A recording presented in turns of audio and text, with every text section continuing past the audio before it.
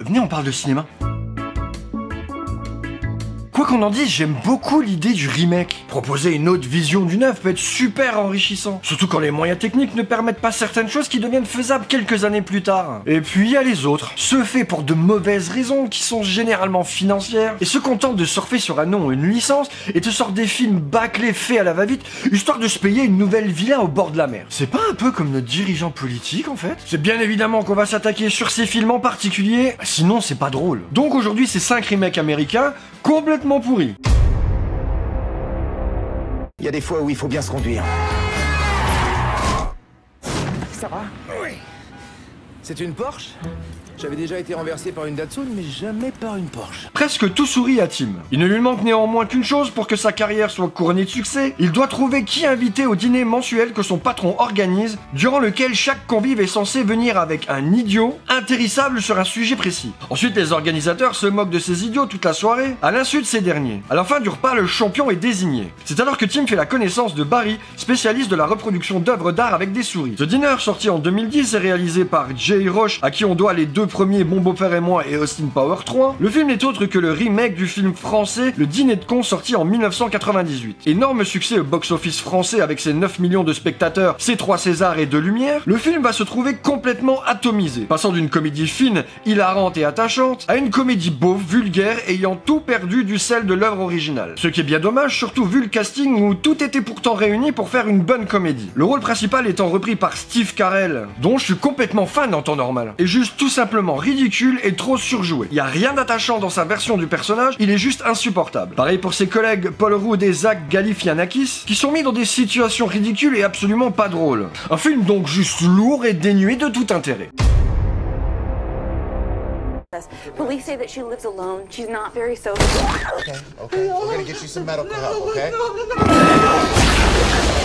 En quarantaine, nous raconte l'histoire d'Angela Vidal et de son caméraman Scott qui font une virée dans une caserne de pompiers à Los Angeles. Pendant qu'ils filment le quotidien des pompiers, un appel survient. L'équipe se retrouve alors dans un immeuble d'habitation de LA, puis découvre qu'un étrange virus se répand chez les habitants. Entre-temps, l'immeuble est placé en quarantaine. Sorti en 2008 et réalisé par John Eric Dowdle qui n'a pas fait grand-chose, et c'est pas super grave vu le niveau de ses productions, le film est le remake du célèbre Rec sorti l'année d'avant et réalisé par Paco Plaza et Joamé Balaguerro et qui avait cartonné mondialement l'année précédente. Film majeur avec Paranormal Activity et Cloverfield de la popularisation du genre found footage qui déferlera la décennie suivante et dont je suis super fan. Comment vous décrire en quarantaine? Tu prends Rec plan par plan et tu fais moins bien.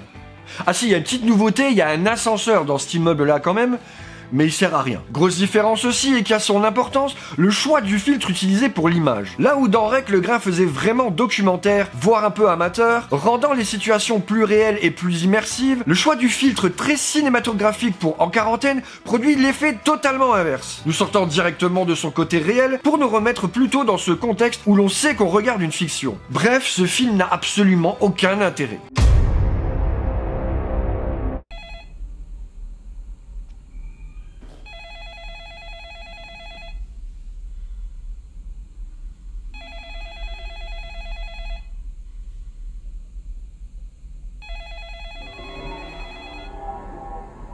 The Ring nous raconte l'histoire de Rachel Keller, une journaliste de Seattle qui, lorsque sa nièce trouve la mort foudroyée par la peur, une semaine après avoir visionné une mystérieuse cassette vidéo, décide d'enquêter sur ce fameux enregistrement. Aidée de son ex-mari Noah, elle découvre que cette cassette est porteuse d'une étrange malédiction. Quiconque la visionne est condamné à périr dans de terribles circonstances. Rachel prendra tout de même le risque de regarder l'enregistrement. Le téléphone sonne alors, le décompte mortel s'enclenche. La jeune femme ne dispose plus que de 7 jours pour sauver sa vie et celle de son fils, 7 jours pour tenter de déjouer le sortilège du cercle. Du cercle.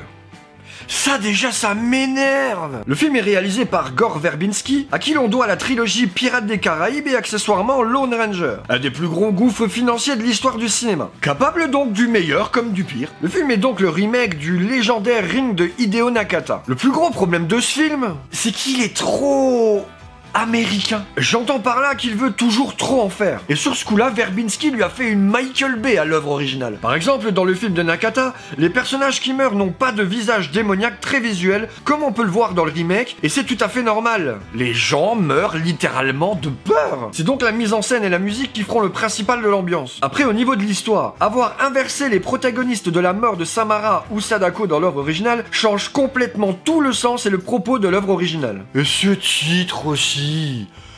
Ah bah pas les couilles de ce que ça peut vouloir dire dans le sens original du film, hein. Eux, ils ont vu Ring, ils ont fait The Ring, Le Cercle, vas-y go, c'est parti.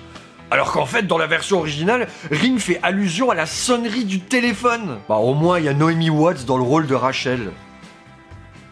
Oui, bah je me console comme je peux, hein. Wait, sweetie, don't run, don't run.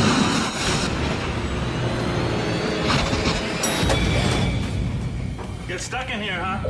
Darkwater nous raconte l'histoire de Dahlia Williams qui, à la suite d'un divorce, a dû se trouver un nouvel emploi et un nouvel appartement. Elle part battant dans ce nouveau tournant de sa vie et est décidée à bien s'occuper de sa petite fille. Une fillette solitaire qui s'invente des amis imaginaires et qui refuse l'amitié des enfants de son âge. Malheureusement, le père ne l'entend pas de cette oreille et la garde de l'enfant se décidera dans les tribunaux. Dès qu'elle emménage dans son nouvel appartement, des bruits mystérieux se font entendre et des fuites persistantes d'eau sombre apparaissent dans sa chambre provenant de l'appartement vide au-dessus du sien, et tentera de percer le mystère en enquêtant sur ces phénomènes. Celle-ci l'amène à une découverte troublante dans le réservoir d'eau au-dessus de l'immeuble. Sorti en 2005 et réalisé par Walter Sell, le film est le remake de Darkwater de Hideo Nakata. Bah quand t'as pas de bol, hein. Malgré un casting intéressant, puisqu'on y retrouvera Jennifer Connelly, Tim Roth ou encore John C. Reilly, c'est juste impossible de pardonner ce film. Et vous vous rappelez ce que je vous ai dit tout à l'heure pour le remake de Rec? Eh bah c'est presque pareil. Tu reprends le film plan par plan, en moins bien, et en plus t'enlèves 30% du scénario de l'œuvre originale. Je me sens tendu là. Ici, rien n'est angoissant, tout est beaucoup trop propre, les visions de Dahlia n'apportent rien en plus à l'histoire, juste une énorme déception. Avant de vous dévoiler le numéro 1 de cette liste, n'oubliez pas de vous abonner et mettez un petit pouce bleu, ça soutient énormément la chaîne. Et il est temps pour moi de vous présenter le Chuck Norris des remakes de merde, Les Visiteurs en Amérique.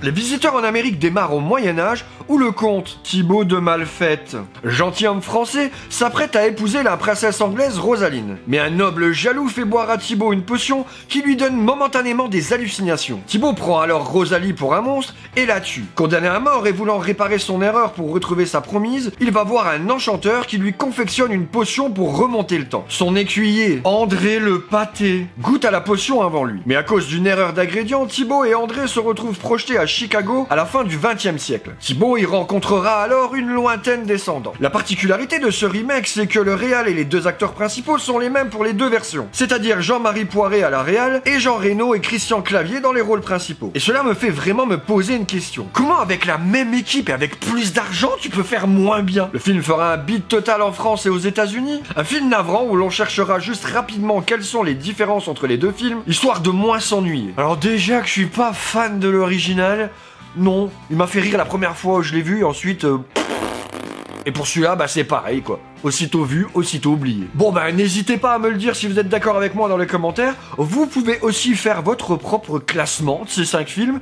Et sinon, bah abonnez-vous, un petit pouce bleu, et on se revoit bientôt. Ciao!